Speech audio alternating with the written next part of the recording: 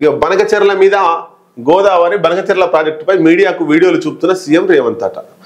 ఇక్కడ నిన్న సీఎం రేవంత్ రెడ్డి మాట్లాడుతూ నిన్న ఫస్ట్ టైం చంద్రబాబు నాయుడుకి స్ట్రాంగ్ కౌంటర్ ఇచ్చింది. నిన్న ఫస్ట్ టైం ఈయన గెలిచి దాదాపు 16-17 నెలలు గడుస్తుంది. కాంగ్రెస్ ప్రభుత్వం తెలంగాణలో వచ్చి ఆయన గెలిచి సంవత్సరం దాటింది. మొన్ననే సంవత్సరం సంబరాలు కూడా చేసిర్రు.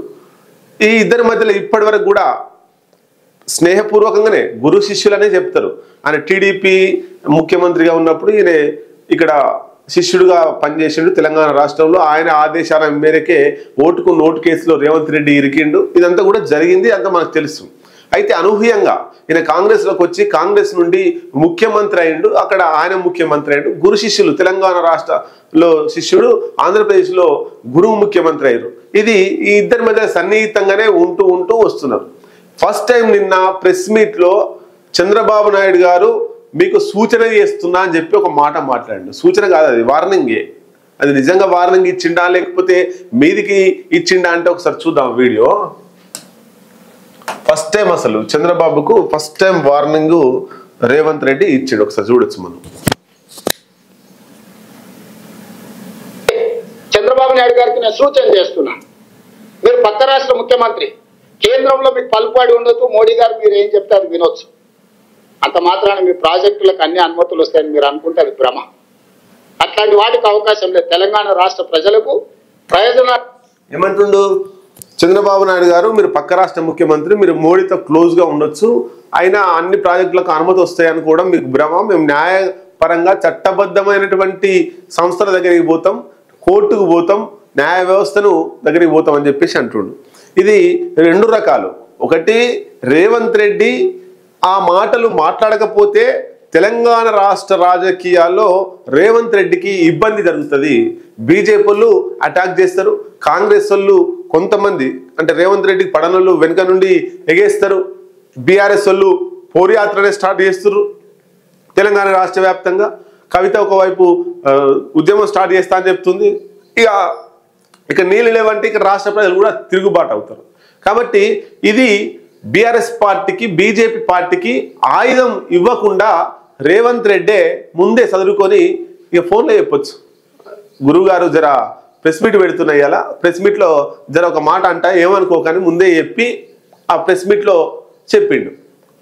వాస్తవంగా మరి చంద్రబాబు నాయుడు మీద పోరాటం చేసేటువంటి దమ్ము రేవంత్ రెడ్డికి ఉందా? చేస్తాడా? గురువు మీద పోరాటం చేస్తాడంటే చేసే పరిస్థితి లేదు. ఈ బనకచెర్లకు సంబంధించి ఒక ప్రెస్ మీట్ పెట్టి మాట్లాడిండు తప్ప దాంట్లో ఎట్లాంటి పోరాటం చేయడు. మరి మీ అందరికి కూడా ఒక డౌట్ రావచ్చు, ఏంటి all party MPs meeting conduct చేస్తున్నారు. All party meeting Revanth Reddy పిలుస్తున్నాడు. కాంగ్రెస్ పార్టీకి సంబంధించి 8 మంది ఎంపీలు, బీఆర్ఎస్ పార్టీకి సంబంధించినటువంటి రాజ్యసభ ఎంపీలు ఉన్నారు, బీజేపీకి సంబంధించి 8 మంది ఎంపీలు ఉన్నారు, ఎంఐఎంకి సంబంధించి ఒక ఎంపీ ఉన్నాడు. ఈ ఎంపీలందరితో మీటింగ్ పెడతామని నిన్న ఒక మీటింగ్ కండక్ట్ చేశారు. ఇగో మరి దీనికి ఈ బనకచెర్ల అసలు ఏం జరిగింది? కేసీఆర్ ఉన్నప్పుడే గోదావరి నుంచి బనకచెర్ల ప్రాజెక్టుకు నీళ్లు తరలించి అక్కడ నుండి రాయలసీమ ప్రాంతానికి నీళ్లు తీసుకపోతే రాయలసీమ సస్యశ్యామలం అవుతుందని చెప్పేసి కేసీఆర్ గతంలో మాట్లాడిండు. మరి ఇప్పుడు బీఆర్ఎస్ ఇరుగున పడ్డది. గతంలో నీళ్లు ఇస్తామని చెప్పేసి రాయలసీమకు కేసీఆరే మాట్లాడిండు.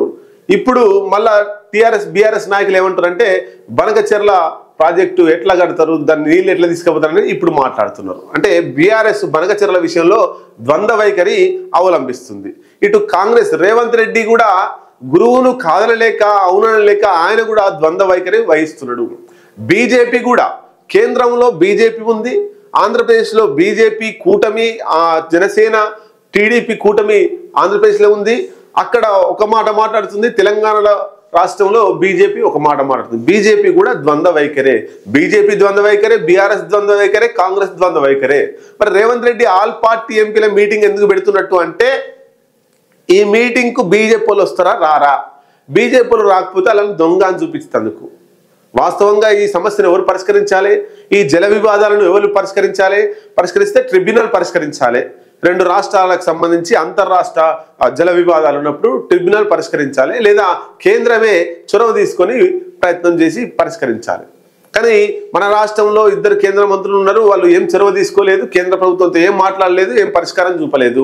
నరేంద్ర మోడీ కూడా ఏం పరిష్కారం చూపెట్టలేదు. పైగా కేంద్ర ప్రభుత్వం బీజేపీ చంద్రబాబు నాయుడు ఒకటే కాబట్టి, ఎన్డీఏ కూటమి కాబట్టి చంద్రబాబుకి ఎక్కువ సపోర్ట్ చేస్తారనేటువంటి వాట తెలంగాణ ప్రజల్లో వస్తున్నది. అయితే బీజేపీని ఇక్కడ శత్రువుగా చూపించడం కోసం Revanth Reddy all party meeting పెట్టిండు. దీనికి మరి బీఆర్ఎస్ వస్తుందా అంటే, బీఆర్ఎస్ రాకపోతే బీఆర్ఎస్ కూడా దొంగ అనే ముద్ర పడుతుంది. కాబట్టి బీఆర్ఎస్ వస్తుందా రాదా, బీజేపీ వస్తుందా రాదా, రాకపోతే వాళ్ళను దొంగలుగా చిత్రీకరించే ప్రయత్నము రేవంత్ రెడ్డి చేయడం కోసమే ఆల్ పార్టీ మీటింగ్ పెట్టిండు. అయితే ఇక్కడ బీజేపీ బీఆర్ఎస్ ఒకటే అని చెప్పేసి కాంగ్రెస్ అంటుంది. అంటే కాంగ్రెస్ ఇప్పుడు అధికారంలో ఉంది, గతంలో బీఆర్ఎస్ అధికారంలో ఉంది.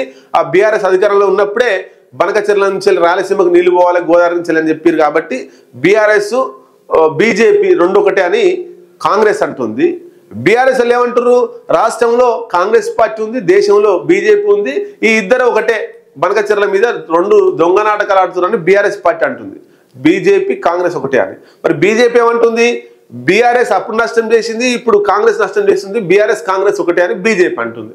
మరి ఈ ముగ్గురు ఒకరి మీద ఒకరు బురద రుద్దుకునే ప్రయత్నం చేస్తున్నారు, ఒకరినొకరు నిందించుకునే ప్రయత్నం చేస్తున్నారు. ఏదేమైనా ఆంధ్రప్రదేశ్ రాష్ట్ర ప్రజలకు అన్యాయం జరగకుండా, తెలంగాణ రాష్ట్ర ప్రజలకు అన్యాయం జరగకుండా ఈ సమస్యను పరిష్కరించాల్సిన అవసరం కేంద్ర ప్రభుత్వం మీద ఉన్నది.